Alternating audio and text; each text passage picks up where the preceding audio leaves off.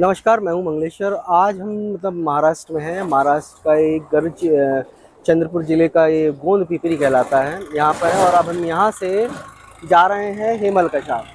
हेमलकसा में आपको बता दूं कि हेमलकसा वो जगह है जहाँ पर बाबा आमटे ने जो आदिवासी समाज होता है, जो ख़ास तौर पे मुड़िया मांडिया जनजाति जो है, उसके लिए विशेष तौर पे काम किया है। वहाँ पे उन्होंने लोक बिरादरी प्रकल्प संस्थान की स्थापना की थी। और वहाँ पर उनके बेटे डॉक्टर प्रकाश आमटे और उनकी पत्नी जो मंदाकिनी आमटे है, वो वहाँ पर रह के जंगलों में बीच में आदिवासियों के बीच में रहकर वहाँ पर आदिवासियों की सेवा कर रहे हैं। तो आज हम वहीं जाने के लिए वहाँ पर निकले हुए हैं। और यहाँ से तकरीबन 130 किलोमीटर बताया जाता है। गोंद पिपरी ये भी आदिवासी बेल्ट है। यहाँ से 130 किलोमीटर की दूरी पर है। करीबन 3 से 4 घंटा हमको पहुँचने में लगेगा।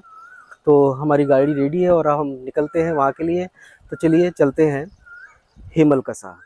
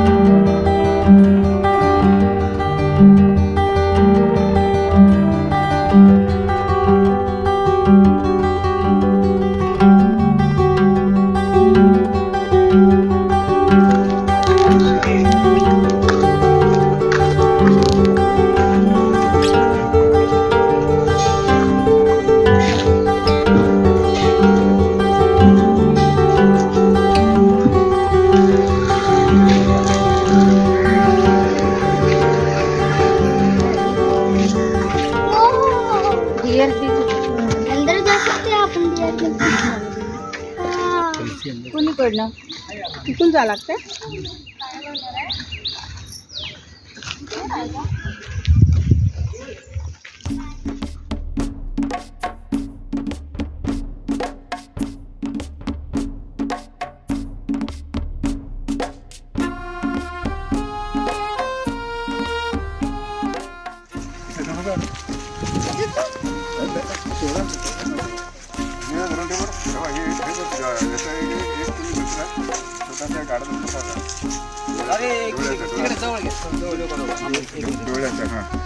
डोळ्याचा इथे फोकस कर. डोळ्याचं कसं हे निघतं बघ. ते डोळ्याच्या वरती का ते आपल्याला लक्षात येत नाही, पण आता हे काढल्यावर लक्षात येईल तुम्हाला. त्या बाजूची काढली मी, इकडची राहिली.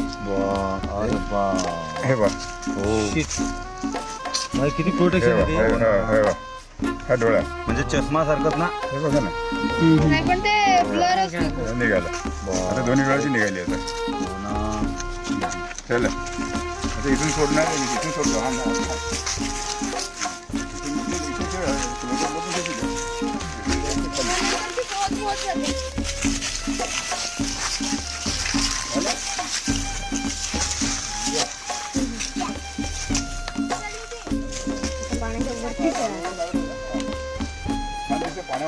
अरे हो, काय मस्त चालली.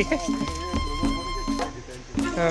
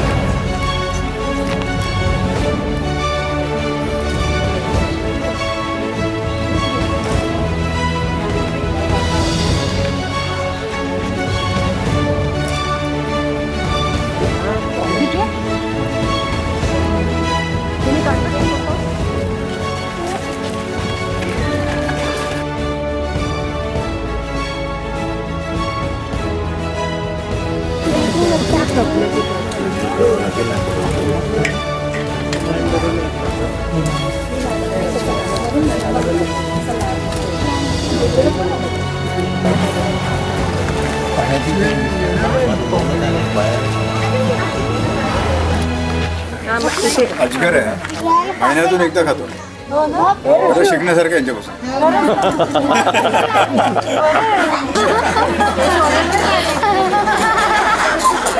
धामणबद्दल बरेच गैरसमज आहेत. म्हणजे विषारी असं लोक समजतात तिला, जी शेपटीकडून विषारी आहे असं बरंच म्हणजे म्हणजे विषारी नसते. रॅट स्नेक याला इंग्रजीमध्ये रॅट स्नेक म्हणतात, म्हणजे उंदीर खाणारा साप.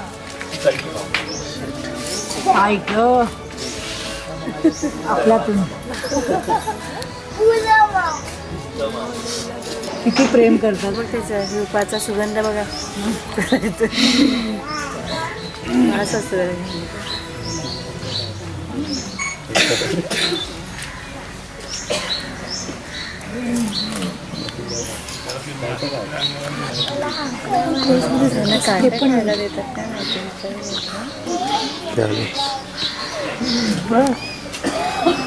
मिठीत घेऊन थंड केलं त्याला.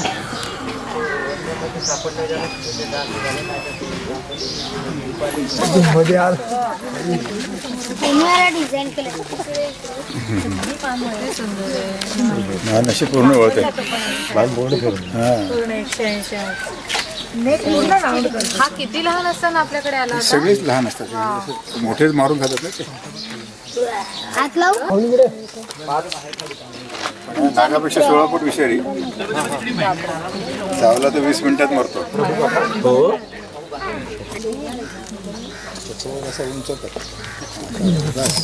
आता कसं हे जंगली मंजूर आहे ना.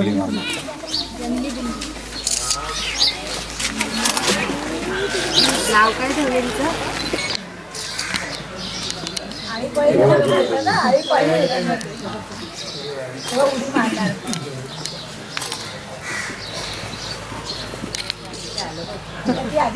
ते शिकायचं त्यांच्याकडून.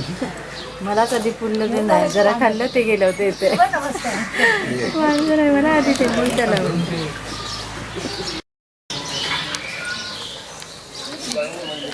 शेकडो माहिती आहे की नाही. राज्य प्राणी आपला महाराष्ट्राचा स्टेट ॲनिमल म्हणतात त्याला. नको बघा त्याची नख खूप शार्प असतात ते.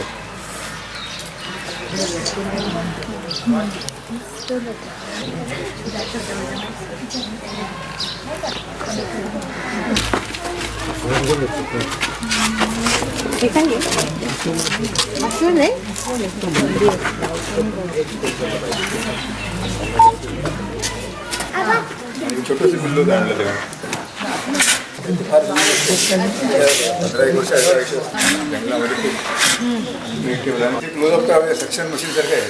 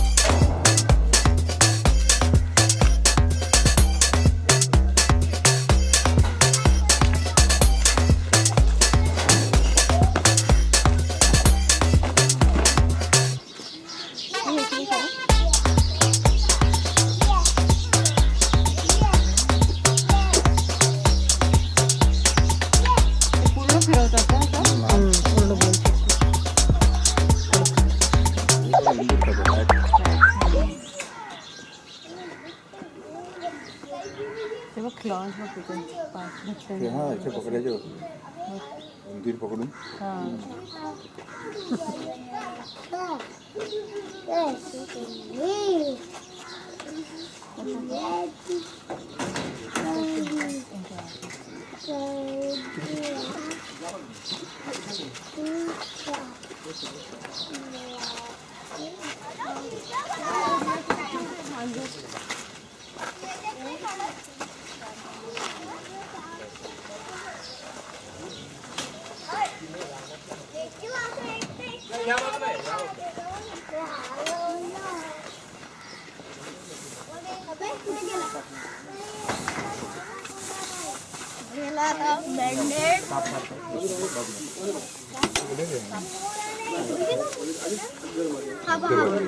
आणि हा कोणता आहे रे? हा कोणता आहे? तो तिकडे गेला आणि तो पण साप बाहेर काढून ठेवले. तो धोंड्या नाही वाटत मला. हा तो धोंड्या नाही वाटत.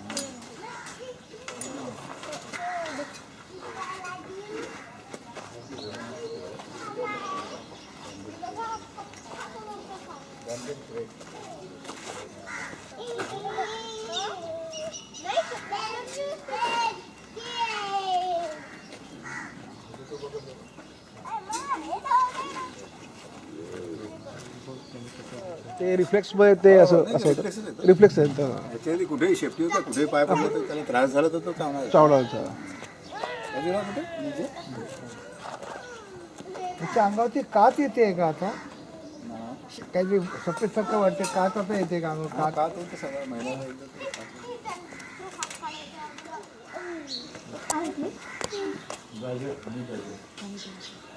दिसतच नाही. कोण आहे? याला काय बोलतात? याला काय बोलतात? चांदी असते. टायगर आणि वाघ सुद्धा घाबरतो. टायगर सुद्धा घाबरतो याला. असंच एकदा मी आणि मंदा आणि आमचे कार्यकर्ते जंगलात फिरत असता लांबून आम्हाला काही आदिवासी दिसले. तसे एका लाईनीत होते एका रांगेमध्ये आणि आम्हाला पाहून थोडेसे घाबरले कारण आम्ही नवीन होतो या भागामध्ये. पण अगदी समोरासमोर आल्यामुळे ते आम्हाला टाळू शकले नाही. आणि जसे ते आमच्या जवळ आले तसं आमच्या लक्षात आलं की यांनी काहीतरी शिकार केली होती वन्य प्राण्यांची. आणि जेव्हा अगदी जवळून जेव्हा आम्हाला ते पास व्हायला लागले तेव्हा लक्षात आलं की यांनी लाल तोंड्या माकडाची शिकार केली होती. 2 माकडं त्यांनी मारली होती आणि त्या मेलेल्या माकडीनीला एक जिवंत पिल्लू चिकटलं होतं. ते मेलेल्या आईचं दूध पित होतं. तर तोडक्या भाषेत त्यांना म्हटलं की हे पिल्लू जिवंत आहे ते आम्हाला द्या जे मेलेल्या आईचं दूध पित होतं. तर ते द्यायला तयार नव्हते. ते म्हणाले की आमची मुलं बाळं खातील. तेव्हा आम्ही विचार केला की इतकं छोटंसं पिल्लू गोंडस होतं आणि भूक हा प्रश्नच होता. मी म्हटलं त्याच्या बदल्यात आम्ही तुम्हाला खायला देतो. आणि असं थोडा वेळ बार्गेन केल्यानंतर त्यांनी ते पिल्लू आम्हाला दिलं आणि ते पिल्लू घेऊन आम्ही आमच्या घरी आलो. त्यावेळेला नुसत्या झोपड्या होत्या इथे आणि माझं त्यावेळेला एक नागपूरहून एक गावठी कुत्रा आणला होता. 2 दिवसामध्ये त्याला बाटलीने दूध पाजून आम्ही थोडंसं जगवलं आणि त्या कुत्र्याची दोस्ती झाली. थोडासा प्रयत्न करावा लागला पण 3ऱ्या दिवशी ते कुत्रा त्या माकडाच्या पिल्लाला आईसारखं पण पाठीवर बसून घेऊन द्यायचा. आणि जसे दवाखान्यात लोक यायला लागले त्यांना त्या औषधाचा परिणाम जेव्हा दिसायला लागला तेव्हा नंबर ऑफ पेशंट्स वाढले. तेव्हा मग त्यानंतर कोणी अस्वलीची पिल्लं आणली. त्यामध्ये माकड होतं, हरिण होतं, अस्वलीची पिल्लं आले. त्यानंतराने मग बिबट्या वाघाची पिल्लं आली. तीसुद्धा मोकळीच वाढली. जवळजवळ 2 वर्ष आम्ही त्यांना शक्य होतं तोपर्यंत मोकळा ठेवलं घरामध्ये. आमच्याबरोबर फिरायला यायचे, नदीत आंघोळ करायचे, कुत्र्याबरोबर खेळायचे. मग आमची मुलं त्यावेळेला लहान होते. दिगंत, अनिकेत आणि आरतीचं मुख्य महत्त्वाचं म्हणजे आरती आमची त्यावेळेला 1 वर्षाची होती. आरती जेव्हा जन्मली तेव्हा तिचं वजन होतं 2.25 किलो आणि आमचा नेगल होता 500 ग्रॅमचा. दोघंही साधारण एकाच वेळेला आलेले आहेत. तर वर्षभरामध्ये आरती झाली 8 किलोची आणि नेगल 50 किलोचा झाला. पण ते एकाच ठिकाणी एकाच घरात वाढल्यामुळे त्यांचं इतकं प्रेम होतं नेगलचं आरतीवर आणि आरतीला भीती वाटण्याचं काही कारणच नव्हतं, कारण ती त्याच्याबरोबरच वाढली. मगरीपासून तर वाघापर्यंत जे या लोकांनी प्रेम दिलं त्याची तुलनाच होऊ शकत नाही. इतका माझा, मी नेहमी गमतीने म्हणतो की 4 पायाच्या जनावरचा आणि बिनपायाच्या जनावरांनी जेवढं प्रेम आणि विश्वास दिला तेवढा माझा 2 पायाच्या प्राण्यावर नाही आहे.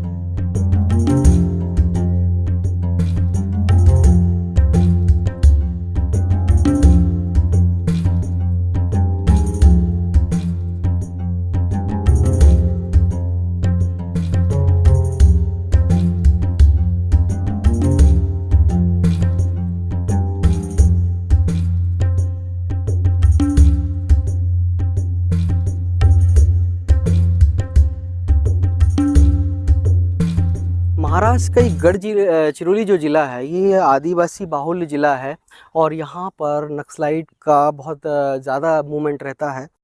आए दिन हम देखते हैं कि यहाँ पर नक्सलाइट और पुलिस में जो यहाँ के जो CRPF जो पुलिस लगी हुई है इनमें काफ़ी मतलब भिड़ंत होती रहती है. और यहाँ की अगर बात करें इस ज़िले की तो यहाँ पर आदिवासी जो है मांड्या जनजाति पाई जाती है. और मांड्या जनजाति जो थी, पहले बताते कि इनका लोगों से संपर्क नहीं था. यहाँ पर जो लोग थे वो मतलब तन पे कपड़े भी नहीं थे उनके, और वो अनाज तक के बारे में नहीं जानते थे. ये सीधे मतलब जंगलों में जाते थे, जंगलों में जंगली जानवरों का शिकार करते थे और शिकार करने के बाद उनका मार के और फिर वो अपने परिवार का पालन पोषण वो मरे हुए जानवरों से करते थे. मैं आपको बताना चाहूँगा कि ये जो मांड्या जाति थी बंदरों का अधिकतर शिकार करती थी. वैसे तो कोई भी जानवरों का शिकार करती थी, लेकिन ये बंदर भी मिल जाते थे तो बंदर का शिकार करके उसको खाती थी. तो एक बार जब प्रकाश आमटे अपने कार्यकर्ताओं के साथ जा रहे थे, जब उन्होंने देखा कि रास्ते में मतलब कुछ आदिवासी मतलब 2 बंदरों को मतलब मार के और लाद के ले जा रहे हैं, और उसमें एक मादा जो बंदर था उसकी पीठ में एक उसका बच्चा पकड़ के रखा हुआ था बंदर को, मतलब मादा अपनी माँ को. तो बाबा प्रकाश आमटे जी ने जब उनसे पूछा कि भाई ये इसको कहाँ लेके जा रहे हैं, तो आदिवासियों ने जवाब दिया कि हम इसको मतलब ले जाके घर में मतलब पका के खाएंगे. तो उन्होंने कहा भाई ये बच्चा है जो है उसका बंदर का बच्चा है, इसको छोड़ दो, और इसको क्यों लेके जा रहे हैं. तो बोले ये हमारे बच्चे उसको खाएंगे. तो उनको बड़ा ये लगा कि बताइए मतलब जंगली बंदरों का शिकार करके, कोई अभी तक उन्होंने भी नहीं देखा था कि बंदर को भी मार के खाया जाता है. तो उन्होंने फिर आदिवासियों से बोला, मांड्या जनजाति के लोगों से, कि भाई हम आपको इसके बदले में अन्न दे रहे हैं, आप इनको छोड़ दिए. फिर वो जैसे तरह का समझौता हुआ, उन्होंने वो बच्चे को इनको सौंप दिया. उन्होंने फिर प्रकाश आमटे जी ने फिर आदिवासियों को मतलब अन्न वगैरह दिया, बताया कि कैसे ये भोजन मतलब बनाना है, खाना है. जब उनको ये सारी चीज़ें पता लगी तो धीरे धीरे करके फिर उन्होंने समाज से जुड़ते गए. फिर प्रकाश आमटे जी ने फिर बहुत बड़ा काम किया वहाँ पर, जो हेमल कसा है. हेमल कसा एक्चुअल में मतलब जो भामरागढ़ जो तहसील है उसमें आता है, और उसमें ही उन्होंने मतलब बड़े जगह में मतलब ये सारी चीज़ें बनाई, जहाँ पर वो जनजाति जो मांड्या जनजाति के लोग हैं उनका इलाज करते हैं. कि मैं एक चीज़ और बताना चाहूँगा कि मांड्या जनजाति के लोग जो इनको अधिकतर कैंसर की और दूसरी बीमारियाँ बहुत जल्दी होती है वहाँ पर, क्योंकि ये मांस जानवरों का मतलब मांस खा लेते हैं, जो मरा भी जानवर रहता है उसको भी खा लेते थे. तो इसकी वजह से उनको कई तरह की बीमारियाँ भी होती थी, और वो बीमारियों से ये ग्रसित हो जाते थे, तो कई बार इनकी जानें भी चली जाती थी. तो प्रकाश जो आमटे साहब थे, ये मतलब MBBS डॉक्टर थे, और इनकी वाइफ जो मंदाकिनी आमटे थी वो भी MBBS डॉक्टर थी. तो इन्होंने जब देखा कि भाई इनको बहुत ज़रूरत है स्वास्थ्य की और साथ में इनको समझाने की, तो जैसे तैसे करके इन्होंने उनका वहाँ पे जाके इलाज करना शुरू किया, उनको समाज की मुख्य धारा से भी जोड़ने का काम किया। और ख़ास तौर पे उनके बच्चों की बात की जाए माड़िया जनजाति के, तो इनको हिंदी वगैरह आती नहीं थी, माड़िया बोली आती थी, तो वो माड़िया में समझने में भी बड़ी दिक्कत जाती थी। जैसे तैसे करके इनको बताना समझाना कि दवाइयाँ वगैरह कैसी, कई बार तो बताए प्रकाश आमटे जी बताते हैं कि इनको जब दवाइयाँ देते थे तो उनको समझ ही में नहीं आता था कैसे खानी है। इनको अगर सिरप देते थे तो पूरा उठा के पी लेते थे। तो बहुत सी चीज़ें कठिनाइयाँ आती थी, फिर उनको बताते गए कि भाई ये कैसे क्या खाना है, दवाइयों का सेवन कैसे करना। धीरे धीरे करके इनको ये उनकी भाषा को समझने लगे। फिर इसके बाद फिर उन्होंने उनका इलाज के लिए वहीं क्लिनिक डाल दिया। अब वहाँ पे एक छोटा सा अस्पताल भी बना दिया है कि अगर कोई गंभीर बीमारी से ग्रसित हो तो उसका भर्ती करके वहीं पे वो इलाज करते हैं। दूसरी बात आती है कि जंगली जानवरों की। कई बार ऐसा होता था कि जैसे ये आदिवासी किसी का शिकार कर लेते तो कोई जानवर घायल हो जाता था, या फिर आपस में जानवर लड़ते थे वो घायल हो जाता था। उनकी भी बड़ी समस्या थी, क्योंकि जंगल में जानवर होना भी बहुत ज़रूरी है। तो वो जानवर को ये कभी जाते थे तो वो मिल जाते थे, या फिर वो कोई आदिवासी ही वो जानवर लाके इनको सौंप देता था कि साहब ये घायल अवस्था में मिला, इसका इलाज करिए। तो वो उनका भी इलाज करते थे। और वहीं पे इन्होंने मरीजों के साथ साथ एक दूसरे उस जगह पे, मतलब उसी एक ही कैंपस में जो जानवर थे उनका इलाज करना भी शुरू किया। उनके लिए मतलब एक अनाथालय है, जैसे कि कोई जानवर का अगर वो नहीं है कुछ तो उसको भी वहाँ पे रखा, उसको बड़ा किया और खिलाया पिलाया, उसके बाद फिर उसकी भी देखरेख करना चाहिए। तो ऐसे करके कई जानवर वहाँ पर आपको लोक बिरादरी जो प्रकल्प है वहाँ पर मिल जाएंगे। और जानवर इतना ज़्यादा प्रकाश आम्बेडकर से मतलब स्नेह है उनको कि चाहे वो शेर हो, तेंदुआ हो, मगरमच्छ हो, सांप हो, किसी प्रकार का भी प्राणी हो, वो बहुत अनोखे अंदाज में प्रकाश आमटे जी से मिलते हैं। तो प्रकाश आमटे जी बहुत बच्चों के जैसा उनको लाड़ प्यार करते हैं। और अब सबसे बड़ी ख़ास बात बताऊंगा कि प्रकाश आमटे जी के जो 2 बेटे हैं, वो भी एक इंजीनियर है और एक डॉक्टर है। वो भी आके अब अपने पिता के उसमें मतलब समाज सेवा में लग गए हैं। वो पूरे तरीके से मतलब समर्पित है वहाँ पर, और आदिवासियों और जानवरों की सेवा कर रहे हैं। तो ये ऐसा बहुत कम देखने को मिलता है और बहुत ही अच्छा है। मैं कहूँगा कि आप भी जाइए, प्रकाश जो आमटे जी का जो लोक बिरादरी प्रकल्प है उसको देखिए। वहाँ से आपको पता चलेगा कि हमको प्रकृति के और जंगली जीव हैं उनको उनके बीच उनको कैसे संरक्षित रखना है और उनके साथ कैसा व्यवहार करना है। ट्रैवल टाइम्स के लिए हेमल कसा से मंगलेश्वर।